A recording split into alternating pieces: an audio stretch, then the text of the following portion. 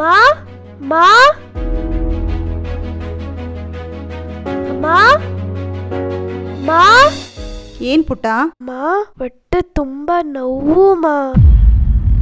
ಹೇಳ್ತೀನಿ, ಆಳು ಮೂಳು ತಿನ್ಬೇಡ, pizza burger French fries ಎಲ್ಲಾನು ತಿನ್ಬೇಡ. ತಿಂದ್ರೇನೆ ಹೊಟ್ಟೆ ನೋವು ಬರೋದು ನಿನಗೆ. ನಿಮ್ಮ ತಾತನ್ ನೋಡು, 80 ವರ್ಷ ಆದರೂ ಗಟ್ಟಿ ಮುಟ್ಟಾಗಿದ್ದಾರೆ. ಅವ್ರು ಹಂಗಿರೋದಕ್ಕೆ ಕಾರಣ ರಾಗಿ ಮುದ್ದೆ ತಿಂದು ಹಂಗಿರೋದು. ನಿಮ್ಮ ತಾತ ಈ ವಯಸ್ಸಲ್ಲೂ 4 ಕಿಲೋಮೀಟ್ರ್ ವಾಕ್ ಮಾಡ್ಕೊಂಡು ಬರ್ತಾರೆ. ಸೀತಾ, ಹಾ ಬಂದೆ, ಬಾ ಅಪ್ಪಂಗೆ ಹೇಳ್ತೀನಿ. ಪಪ್ಪ ಪಪ್ಪ ಪಪ್ಪ ನನಗೆ ರಾಗಿ ಮುದ್ದೆ ಸೇರಲ್ಲ ಪಪ್ಪ. ಯಾಕೆ ಅವಳಿಗೆ ಅಷ್ಟು ತಲೆ ತಿಂತೀಯಾ? ರಾಗಿಯಲ್ಲಿ ಬರೀ ಮುದ್ದೆ ಅಷ್ಟೇನ ಮಾಡಕ್ಕಾಗೋದು? ಬೇರೆ ಯಾವ್ದು ಡಿಶಸ್ ಇಲ್ವಾ? ಯಾಕಿಲ್ಲ ಬಾವ, ಸಿರಿಧಾನ್ಯದಲ್ಲಿ ತುಂಬಾ ರುಚಿಯಾದ ಅಡಿಗೆನೂ ಮಾಡ್ಬೋದು, ಆರೋಗ್ಯಕ್ಕೂ ಒಳ್ಳೇದು. ಓ ಅಕ್ಕ, ಬಾವಾ, ಸೀತಾ ಪ್ಲೇಟ್ಸ್ ತಗೊಂಬಾ.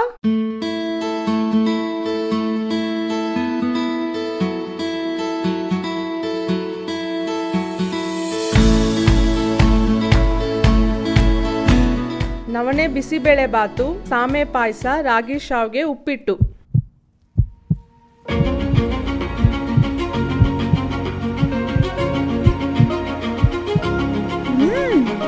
ವಾವ್, ತುಂಬಾ ಟೇಸ್ಟಿ ಆಗಿದೆ ದೊಡ್ಡಮ್ಮ. So M. ಪುಟಿ ಬಾ, ಇಲ್ಲಿ ಬಾತ್ ತಗೋ, ಇದು ತಿನ್ ನೋಡು. ರಾಗಿ ಬೈಟ್ಸ್, ಇದನ್ನು ಸಿರಿಧಾನ್ಯದಲ್ಲೇ ಮಾಡಿರೋದು, ಸೂಪರ್ ಆಗಿರುತ್ತೆ. ಅಣ್ಣ ಅಷ್ಟೇ ಅಲ್ಲ, ಮಕ್ಕಳಿಗೆ ಇಷ್ಟ ಆಗೋದು doughnuts, pasta, pizza, burger, noodles, cake ಮತ್ತೆ ಬಿರಿಯಾನಿನೂ ಮಾಡ್ಬೋದು. ಅದ್ಗೆ ತಿಂಡಿ ರೆಡಿನಾ? ಯಾವಾಗ ಬಂದ್ರಿ? ಈಗ ತಾನೇ ಬಂದೋಪ್ಪ. ಏ ರವಿ, ಅಂದಾಗೆ ಶಶಿ ಅಲ್ಲೋ?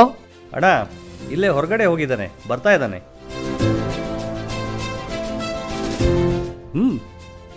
ನವಣೆ ಬಿಸಿಬೇಳೆ ಬಾತು ಚೆನ್ನಾಗಿದೆ.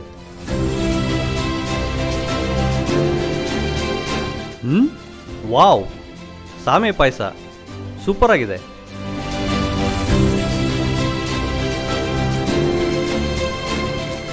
ರಾಗಿ ಶಾವ್ಗೆ, ಉಪ್ಪಿಟ್ಟು ಒಂದಕ್ಕಿಂತ ಒಂದು ತುಂಬ ಚೆನ್ನಾಗಿದೆ.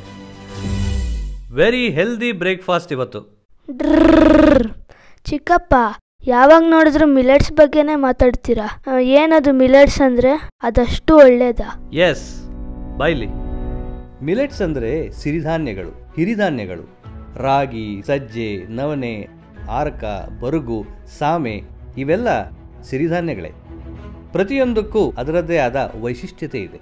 ಇತ್ತೀಚಿನ ದಿನಗಳಲ್ಲಿ ಏನಾಗ್ತಾ ಇದೆ ಅಂದರೆ ಇದಕ್ಕೆ ಮಹತ್ವ ಬಹಳ ಹೆಚ್ಚಾಗ್ತಾ ಇದೆ. ಯಾಕಂದರೆ ಪಾಶ್ಚಾತ್ಯ ಖಾದ್ಯಗಳಿಂದ ನಮ್ಮ ದೇಶಿ ತಳಿಗಳನ್ನು, ದೇಶಿ ಖಾದ್ಯಗಳನ್ನು ನಾವು ಮರ್ತೋಗ್ತಾ ಇದ್ದೀವಿ, ನಿರ್ಲಕ್ಷ್ಯ ಮಾಡ್ತಾ ಇದ್ದೀವಿ. ಕರೆಕ್ಟಾಗಿ ಹೇಳ್ದೆ ಕಣೋ ರವಿ.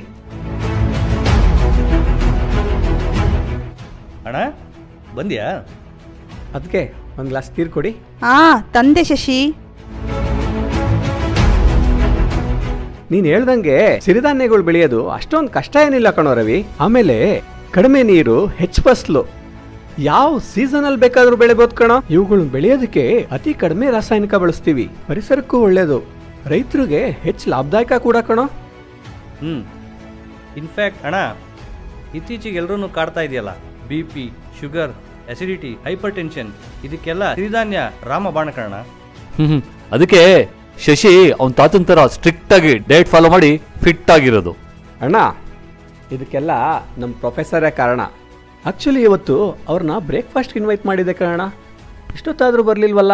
ಏನ್ ಶಶಿ, ಏನೋ ಫ್ಯಾಮಿಲಿ ಡಿಸ್ಕಷನ್ ಇದ್ದಾಗಿದೆ. ಸರ್.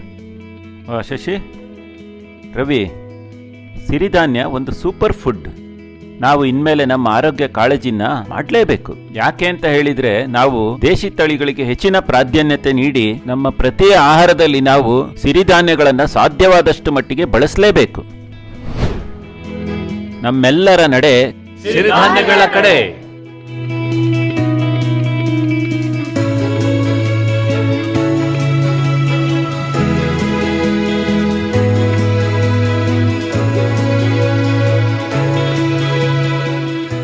ರಾಗಿಯನ್ನು ಉಂಬುವ ನಿರೋಗಿ ಎಂದೆನಿಸುವನು.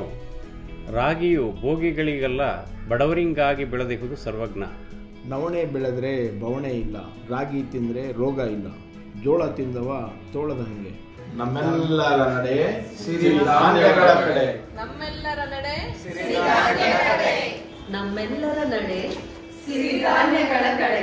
ನಮ್ಮೆಲ್ಲರ ನಡೆ ಸಿರಿಧಾನ್ಯಗಳ ಕಡೆ. ನಮ್ಮೆಲ್ಲರ ನಡೆ ಸಿರಿಧಾನ್ಯಗಳ ಕಡೆ.